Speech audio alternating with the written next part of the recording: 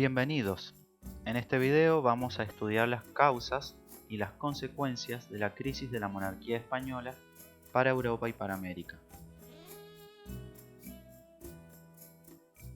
Primero, vamos a hacer un breve repaso. Como vimos en el video siglos XVIII y XIX en Europa, las ideas de la Ilustración produjeron importantes transformaciones en el orden político, social y económico.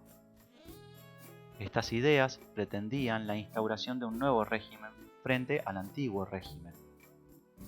Para sintetizar algunas de sus diferencias, en el antiguo régimen, desde el punto de vista político, el poder se fundaba en la monarquía absoluta, de origen divino, y que no admitía límite alguno al rey. El nuevo régimen plantea un sistema en el cual se limita el poder del rey mediante un parlamento o incluso se llegue a sistemas republicanos como son los casos de Estados Unidos y Francia.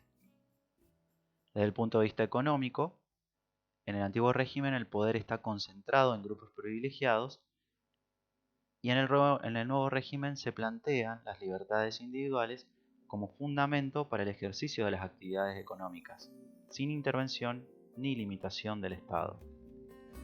Desde el punto de vista social, el antiguo régimen se caracteriza por las diferencias entre privilegiados y no privilegiados, y el nuevo régimen se funda en la igualdad de todos los hombres ante la ley y en el reconocimiento de los derechos individuales y de los derechos civiles. Se llama crisis de la monarquía española al proceso de decadencia que atravesó España entre fines del siglo XVIII y principios del siglo XIX y que se agravó por la invasión de Napoleón en 1808. Comprende los gobiernos o los reinados de Carlos IV y de su hijo Fernando VII. El periodo crítico en este proceso, más crítico, se da entre 1808 y 1814, cuando Fernando VII estuvo prisionero de Napoleón Bonaparte y España estuvo invadida por Francia. Vamos a estudiar cómo repercute este proceso en América. Aquí podemos observar un eje temporal que nos grafica el periodo de crisis de la monarquía española.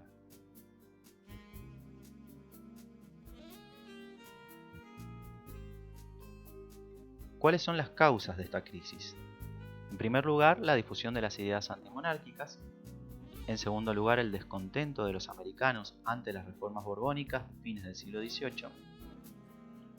En tercer lugar, los conflictos entre Inglaterra y Francia por el dominio europeo, que envolvieron también a España.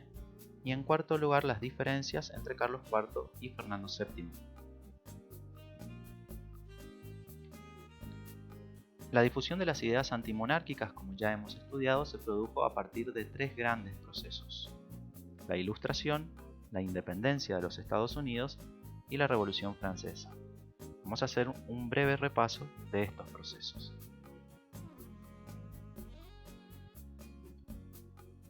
Ya sabemos que la Ilustración produjo profundos cambios en lo político, en lo económico, en lo social y en lo cultural en toda Europa y después en todo el mundo durante el siglo XVIII y XIX.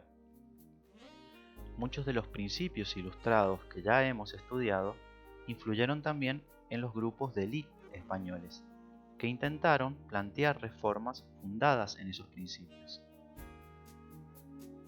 Estas reformas las llevaron a cabo fundamentalmente durante el periodo de conformación de las Cortes de Cádiz y se pusieron por escrito en una constitución en 1812. También las ideas ilustradas van a influir en la élite criolla, que va a llevar adelante los procesos revolucionarios en América.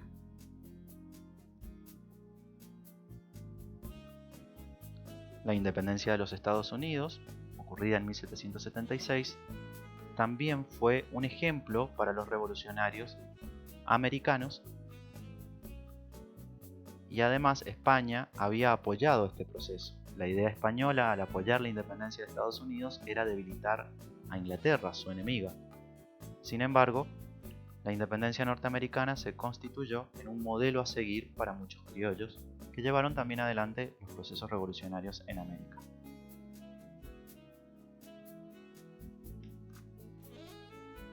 Por último, la influencia de la Revolución Francesa, que puso fin al absolutismo monárquico en Francia y que se fundamentó en los principios del liberalismo político y de la Ilustración. Estos conflictos también influyeron en España.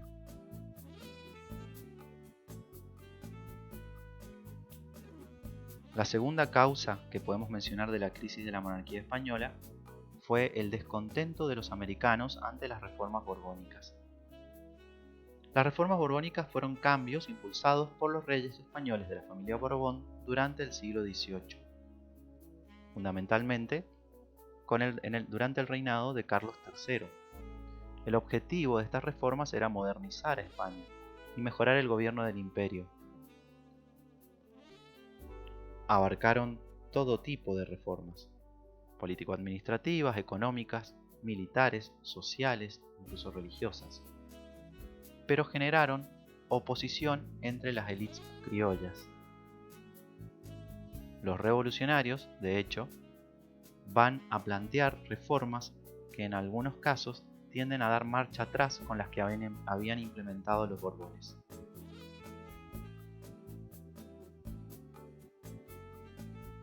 La tercera causa que mencionamos se refiere a los conflictos entre Inglaterra y Francia. Durante el siglo XVIII, Inglaterra y Francia compitieron por convertirse en la única potencia mundial. Pero España se vio envuelta en las guerras entre estas dos potencias a raíz de las alianzas que fue firmando. Se las conoce con el nombre de pactos de familia y se dieron antes de la Revolución Francesa. Sin embargo, en 1796, Francia obligó a España a ser su aliada y España debió apoyar a Francia contra Inglaterra. Así, cuando Napoleón asume el imperio, intenta invadir Inglaterra para eliminar la competencia de esta potencia. La idea de Napoleón se ve frustrada, sin embargo, por el desastre militar que implicó la batalla de Trafalgar en 1805, en el cual las flotas combinadas de España y Francia fueron derrotadas por Inglaterra. Desde ese momento, Inglaterra no tuvo rival por mar y Napoleón debió abandonar la idea de competir en los mares con su rival. También veremos las consecuencias de esta batalla en América en el próximo video sobre el proceso revolucionario en América.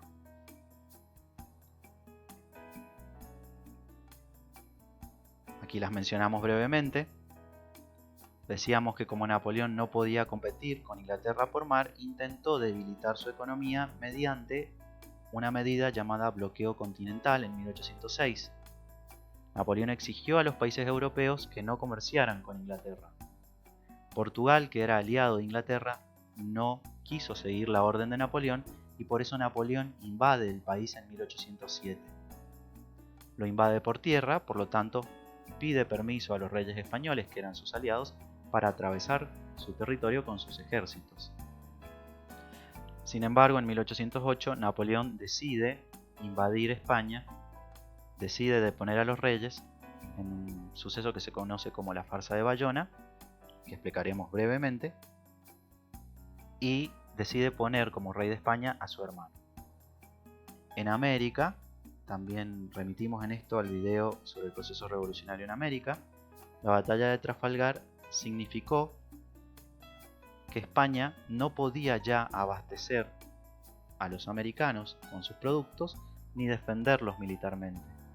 Va a ser aprovechada esta situación por Inglaterra para intentar 2 veces invadir las ciudades de Buenos Aires y Montevideo y expandir su influencia comercial y militar en la zona del Río de la Plata.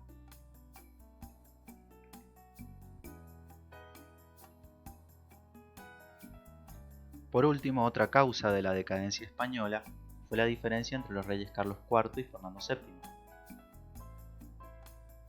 Carlos IV era considerado un afrancesado, en el sentido de que seguía las indicaciones de su ministro Godoy y buscaba y quería mantener la alianza con Francia. Por esa razón es que Carlos IV autoriza a Napoleón a atravesar el territorio español para invadir Portugal en 1807. pero el pueblo español era, en principio, antifrancés y se opone a esta alianza con Francia.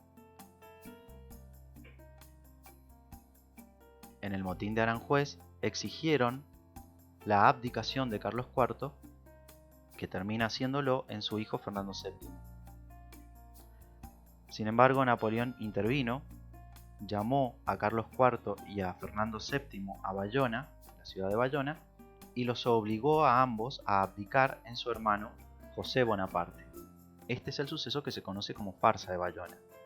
Después de esto, además, Napoleón encarceló a Fernando VII.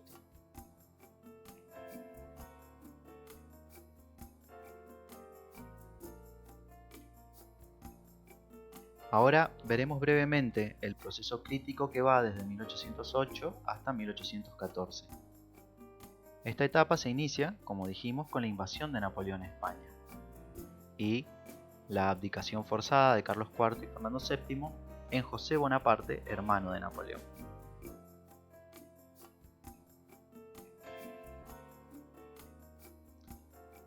La reacción de los españoles fue no reconocer a José, en primer lugar, como rey legítimo, y continuar la guerra contra Francia. Por esta razón, estando Fernando preso, se crea la Junta Central de Sevilla, que jura fidelidad a Fernando VII y ejerce el poder mientras él esté preso. El argumento utilizado, o uno de los argumentos utilizados para entender la conformación de esta junta, es el principio de la retroversión de la soberanía. Es un argumento católico, no es un argumento liberal, aunque funciona de manera similar. El lema que aquí mostramos sintetiza un poco cómo funciona este principio. Según el pensamiento católico, Dios da el poder al pueblo y el pueblo a su vez lo delega en un rey. Cuando el rey falta, el poder vuelve al pueblo, que puede elegir otra autoridad. Por esa razón es que la Junta Central de Sevilla se constituye en representante de la voluntad popular, en la que reside el poder. La diferencia con el pensamiento ilustrado es que para los ilustrados el poder no tiene como origen a Dios, sino que el origen mismo es el pueblo. Esa es la gran diferencia que existe con el pensamiento ilustrado. Pero funciona de manera similar en este caso. Los objetivos de la Junta Central de Sevilla eran gobernar en nombre del rey, defender la corona española, expulsar a los franceses y convocar a Cortes Generales. Sin embargo, la ciudad de Cádiz va a caer en 1810 a causa de la conquista napoleónica y la Junta Central de Sevilla se disuelve.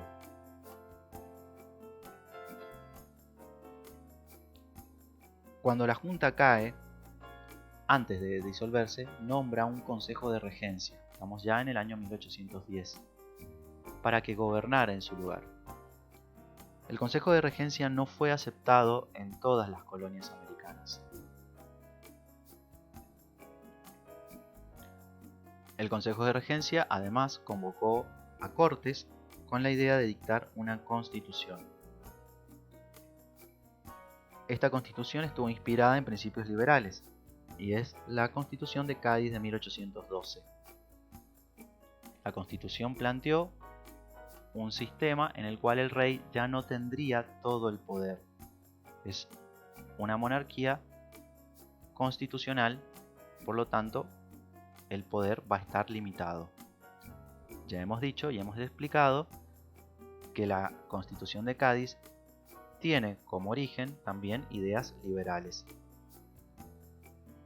Sin embargo, en 1814, cuando Fernando VII vuelve al trono, va a derogar la Constitución y reinstaura el absolutismo.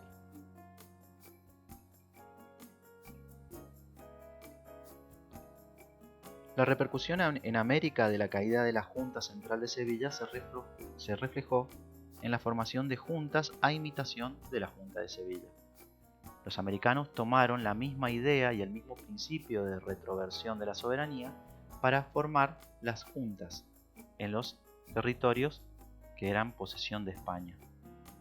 Así se van a formar las distintas juntas en todo el continente americano, como las de Caracas, la de Bogotá, la de Quito, que se había formado incluso antes, lo mismo que en Bolivia, se habían formado juntas ya en 1809, y las que más nos interesan a nosotros estudiar, la Junta de 1810 en Buenos Aires y la de Santiago de Chile en 1810.